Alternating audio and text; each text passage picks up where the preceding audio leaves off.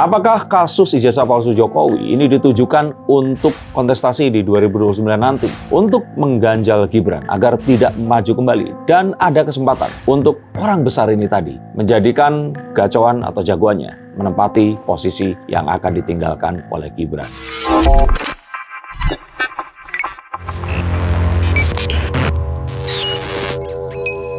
Halo Sainsikers, kembali berjumpa bersama saya Denny Darko. Tidak ada yang namanya misteri, yang ada adalah tanda-tanda yang kita semua coba untuk mengerti. Kita sama-sama tahu bahwa sepertinya seluruh politikus saat ini itu sepakat untuk tidak menjegal Pak Prabowo di term atau kepemimpinan keduanya di 2029-2034 nanti. Tapi posisi Gibran ini akan menjadi sangat hangat untuk diperebutkan. Siapa kira-kira yang bermain dan apakah betul dia yang ikut mendanai kasus ijazah palsu Jokowi? Sempat di konten sebelumnya kita bahas juga bahwasanya ada orang besar, atau mungkin memang statement Pak Jokowi ada orang besar di mana yang ada di balik kasus ijazah palsu nih, yang sudah bergulir 4 tahun lamanya dan mungkin yang mendanai Pak Roy Suryo juga. Nah, tapi pertanyaan adalah motivasi si orang besar ini menurut Mas Denny Darko, apakah memang untuk memperebutkan kursi wakil presiden nanti yang mendampingi Pak Prabowo di 2029? Saya kira kan namanya politik berhubungan dengan uang, dan tidak ada yang namanya musuh yang abadi atau kawan yang abadi, yang ada adalah kepentingan yang abadi di sini. Maka saya yakin sekali, dan ini sejatinya nggak perlu seseorang buka kartu atau menerawang masa depan, bahwa perebutan ini dilakukan untuk kekuasaan. Dan ini sesuatu yang artinya bukan orang yang haus kekuasaan tapi ingin mempertahankan. Karena mempertahankan kekuasaan adalah sebuah result dari memiliki kekuasaan itu tadi. Tapi kalau kita bilang mantan presiden sendiri, ini kan pasti ada dua nih sebenarnya mantan presiden yang memiliki asupan dana cukup besar dan memiliki partai politik, yang mana ada kemungkinan nggak sih maksudnya seperti memang menurut Mas Denny Darko pada akhirnya orang besar ini berhasil menjalankan misinya dan gacauan ini mendampingi Pak Prabowo. Kalau bisa atau tidak, tentu saja pasti ada kemungkinan untuk bisa ya di sini ya. Tapi apakah mereka ini nanti akan melakukan secara belak-belakan atau tidak? Nah, ini akan jadi permasalahan. Saat mereka ini tidak berani muncul dan menyuruh proksi, itu artinya mereka itu kemungkinan menangnya itu masih 50-50 atau nggak lebih dari 50%. Karena jika nanti ternyata ini semua nggak berhasil, ya sebaiknya ini semua nggak terungkap dan jangan sampai ketahuan atau ada tracing yang menuju ke sana. Nah, tapi kalaupun ternyata apa yang terjadi sekarang ini kan reputasi Pak Jokowi juga kena kan? Gibran juga mulai kena. Berita-berita yang mendiskreditkan Gibran juga ada di mana-mana. Bahkan seperti kemarin saya katakan, salah satu profesor saya di ITB pun itu percaya sekali kalau ijazah Jokowi ini palsu begitu. Jadi kalau saya kira sih mereka ini lumayan berhasil. Tapi ya saya nggak tahu uang yang dikeluarkan ini berapa, karena kan itu harus dihitung uang yang dikeluarkan menghasilkan efek yang sama atau tidak. Nah, kembali lagi di sini kita juga harus tahu apakah betul Pak Jokowi nanti itu memang ingin tetap memajukan Gibran. Saya sih merasakan bahwa Pak Jokowi ini belum 100% ingin memajukan Gibran. Jadi bisa jadi nantinya ini Pak Prabowo itu memang akan berpasangan dengan orang yang lain. Pak Jokowi ini mungkin akan lebih ke membesarkan PSI atau partai yang ada ini tadi dan berusaha untuk men-take over sesuatu yang berbeda, yaitu parlemen. Nah, tapi apakah memang kalau kita bilang ya, kenapa pada akhirnya harus menyuruh seseorang untuk berlaku sebagai berlaku sebagai orang yang disuruh, orang yang melakukan itu, berarti sebenarnya seseorang ini juga sudah berada di dalam koalisi. Betul, karena itu kepentingannya jangan sampai ketahuan. Jadi dia perlu untuk menyuruh orang yang lain sehingga posisinya ini nggak terganggu, karena dia tetap memerlukan posisi ini agar spotlightnya masih tetap ada. Seperti Mas Anies sekarang ini kan beliau juga nggak memiliki spotlight banyak. Baru saat sekarang ini dia pergi ke Aceh melakukan hal-hal yang positif, dan ya nggak apa-apa juga ya dia melakukan itu tadi. Tapi kan kalau nggak ada hal seperti ini kan sulit untuk seorang Anies Baswedan kalau hanya pergi ke luar negeri mengikuti sebuah conference tentang perkotaan atau tentang hal-hal yang berhubungan dengan pemerintahan, padahal dia sendiri itu nggak menjadi seorang pembuat kebijakan. Apakah memang pada akhirnya kalau kita bilang ya, ini kan juga ada yang menyerempet-nyerempet sebenarnya, kayak tapi kasus ijazah Jokowi ya kita sebenarnya semuanya pun tahu gitu, kayak yang bermusuhan sama Pak Jokowi jelas. Nah, kalau PDIP, saya merasa bahwa kalau memang itu mereka yang melakukan, nggak perlu nyuruh Roy Suryo. Langsung aja menyuruh itu tadi, pasukan buruh sergap mereka ini, Adiana Pitupulu, Guntur Romli. Nah, itu orang-orang itu yang akan diutus untuk menyerang. Ngapain harus nyuruh orang lain? Make sense kan? Tapi kan ada juga beberapa yang maksudnya berpendapat bahwasanya untuk menggeser Gibran dan mencalonkan gacoannya maju, bisa aja kemungkinan kan bisa aja kayak Megawati yang mencalonkan Puan jadi wakil Pak Prabowo, itu ada kemungkinan kesana juga.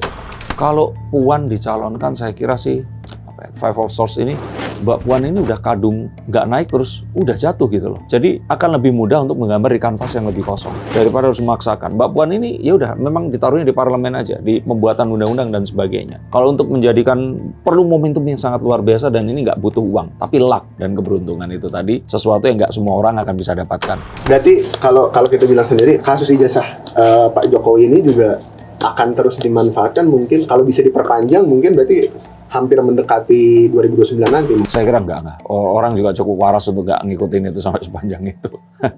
Kayaknya udah basi kalau diperpanjang. Nah, mungkin saat ini dipersiapkan sesuatu yang lain, tapi belum ada yang semenggigit ya kasus ijazah palsu ini tadi. Tapi menurut Mas Denny Darko sendiri, apakah orang yang mencoba untuk menurunkan reputasi Pak Jokowi dan mungkin mengosongkan slot calon wakil presiden nantinya ini berhasil untuk menurunkan legitimasi Gibran itu sendiri maksudnya? Saya kira legitimasi Gibran saat ini pun sudah berhasil diturunkan ya. Jadi Gibran ini lebih ke dia hanya berusaha untuk menjaga apa yang dia miliki sekarang ini agar nggak terlalu jatuh lagi. Tapi kita tahu bahwa jika terjadi pemilu hari ini, maka Gibran ini akan sulit untuk terpilih lagi. Nah, kalaupun nanti butuh juga suntikan dana yang besar dan itu harus datang dari Pak Prabowo. Karena saya nggak yakin apa yang dimiliki Pak Jokowi saat ini itu bisa untuk memoles Gibran dan membuat Gen Z dan juga Gen Alpha nantinya ini tadi akan memilih Gibran ini tadi. Artinya Gibran ini bisa saja nasibnya tuh sama kayak Mbak Puan, udah kadung image-nya begitu, jadi akan susah untuk merubahnya kecuali terjadi keajaiban dan keberuntungan itu tadi. Oke, kalau berbicara kontestasi slot wakil presiden 2029, calon wakil presiden 2029 nanti yang mendampingi Pak Prabowo, kalau misalkan memang udah ada orang yang mencoba untuk maksudnya berusaha masuk ke sana, tapi Mas Denny Darko kemarin kan sebenarnya sempat percaya diri untuk bilang Mas Anies kemungkinan besar juga ke sana. Dan iya, pesaingnya Mas Anies dong. Nah, kalau Mas Anies itu saya pikir dia juga nggak akan bermain dengan cara seperti ini karena kalau dia punya uang, mendingan untuk memodalin dirinya agar namanya ini harum dan orang akan mengingat dia terus gitu. Karena uang itu memang sangat dibutuhkan untuk membuat nama ini stay afloat gitu loh. Terus dilihat dan terus dibicarakan. Nah, Mas Anies nggak akan mungkin juga melakukan hal-hal yang seperti ini, menyerang ijazah Jokowi dan sebagainya. Nah, kalau kita sekarang berhitung, ini kan tinggal Mas Anies, Mas Ganjar juga kayaknya udah kadung kayak ya Gibran terus kemudian Mbak Puan, ya AHY paling. Karena nggak ada lagi selain Anies sama AHY kecuali ada jagoan baru, nggak ada lagi. Dan kita memang jujurly, nggak ada seseorang yang akan dalam waktu dekat ini terus bisa melonjak seperti itu. Ya kalau di sosial media kan bahkan Pak Purbaya, KDM, Ferry Irwandi itu juga dicalonkan jadi wakil presiden. Nah, cuma maksudnya, kalaupun memang ini antara Mas AHY, maksudnya Pak Anies ini berarti bisa kecolongan start. Maksudnya kalau memang dia pengen jadi wakil presiden dari Pak Prabowo sendiri. Gajah bertarung, pelanduk bisa saja mati atau bisa saja dia ini survive karena yang gede-gede ini tarung gitu loh. Jadi kalau saya pikir sih Mas Anies kalau dapat momentumnya, dua raksasa ini tarung, saling mati, duitnya habis, dia bisa naik nanti. Jadi Mas Anies pun saat ini melakukan sebuah strategi yang dia belum tentukan. Tapi saya melihat bahwa ini semua sangat mungkin akan terjadi hal-hal yang sangat mengejutkan nantinya. Oke, kalau untuk kandidat calon wakil presiden Pak Prabowo di 2029 nanti, mungkin selain Mas Anies dan AHY, menurut Mas Denny Darko siapa? Saya kira KDM akan maju. Tapi ya tadi itu akan sulit untuk beliau ini karena sekarang kan sprintnya udah kenceng. Beliau ini akan lebih susah lagi lari. Apalagi hal-hal yang kayak kemarin itu ada jerami, terus kemudian ya ini hal-hal yang masih sering kecolongan seperti itu. Kalaupun Pak KDM ini akan naik, ini akan kualitasnya seperti Pak Prabowo yang dikelilingi oleh orang-orang yang sangat mudah untuk membohongi dia gitu. Nah, kita perlu seseorang yang memang ya kemarin saya katakan bahwa kalau saya ditanya di sini, saya mendukung Mas Anies untuk jadi wakil presiden nanti. Karena yang memiliki material yang akan mencukupi untuk itu ya cuman beliau. Kalau AHY ya saya ragukan karena masih ada Pak SBY. Kecuali mohon maaf Pak SBY sudah benar-benar pensiun yang saya nggak yakin itu akan pensiun. Atau ya nggak enak ya kalau ngomong Pak SBY. Iya kan? Jadi kalau menurut saya kalau Pak SBY ya jadinya kayak Pak Jokowi sama Bu Mega dulu. Kalau menurut saya ini harus seseorang yang memiliki otoritas yang akan mungkin di 2034 akan menjadi Presiden Republik Indonesia.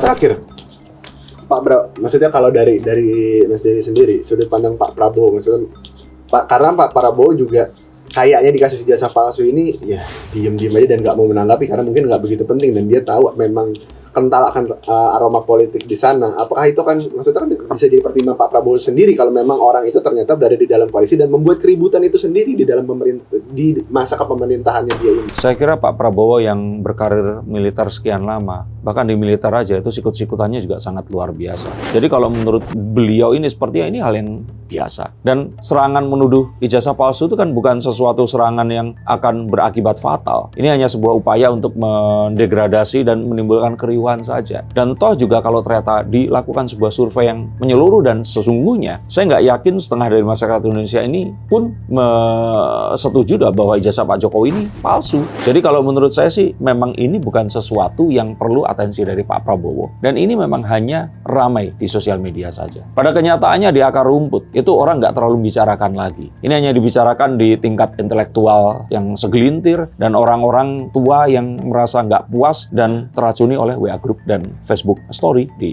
ponsel mereka. Apakah kalian termasuk orang-orang itu atau sekeluarga sama orang-orang itu? Ajak mereka untuk berkomentar di bawah sini. Terima kasih atas atensinya dan tonton terus serta subscribe channel saya ini. Terima kasih, sampai jumpa dan salam.